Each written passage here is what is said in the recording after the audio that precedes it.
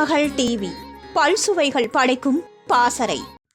தமிழ் திரையுலகில் சகலகலா வல்லவனாக வலம் வந்தவர் டி. ராஜேந்தர். தன்னம்பிக்கையின் உச்சம் என இவரை சொல்லலாம். கல்லூரியில் படிக்கும்போதே டேபிளில் தாளம் தட்டி பாட்டு பாடுவார். அதனாலேயே இவரை சுற்றி நண்பர்கள் கூட்டம் எப்போதும் இருக்கும். நல்ல தமிழ் புலமை கொண்டவர் என்பதால் வார்த்தைகள் இவருக்கு அருவி போல கொட்டும். இவர் முதலில் இயக்கிய ஒருதலை ராகம் படமே சூப்பர் ஹிட் ஆனது. இத்தனைக்கும் அறிமுக இயக்குனர் என்றால் படம் வியாபாரம் ஆகாது என்பதற்காக இயக்குனர் என இவரின் பெயரை டைட்டிலில் போட்டிருக்க மாட்டார்கள். படம் தியேட்டரில் வெளியாகி 2 வாரங்கள் கழித்துதான் கூட்டம் வர துவங்கியது. இப்படித்தான் சினிமாவில் நுழைந்தார் டி. ராஜேந்தர்.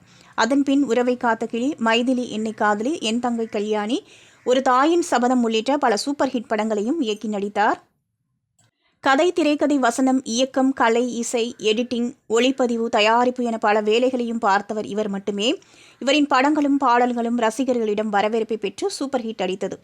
ரஜினி படம் வெளியாகும் போது டிஆர் படம் வெளியானால் டிஆரை தொடர்பு கொண்டு உங்கள் படத்தின் ரிலீஸை தள்ளி வைக்க முடியுமா என ரஜினியே கேட்ட சம்பவங்கள் எல்லாம் நடந்திருக்கிறது.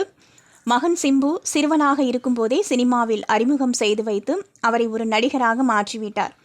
சிம்பு இப்போது முன்னணி நடிகர்களின் வரிசையில் இருக்கிறார்.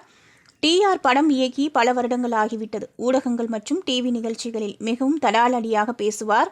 இவர் பேசிய வீடியோக்கள் எல்லாமே இணையத்தில் வைரலாகின. இந்நிலையில்தான் நடிகர் காதல் சுகுமார் ஒரு முக்கிய தகவலை பகிர்ந்துள்ளார்.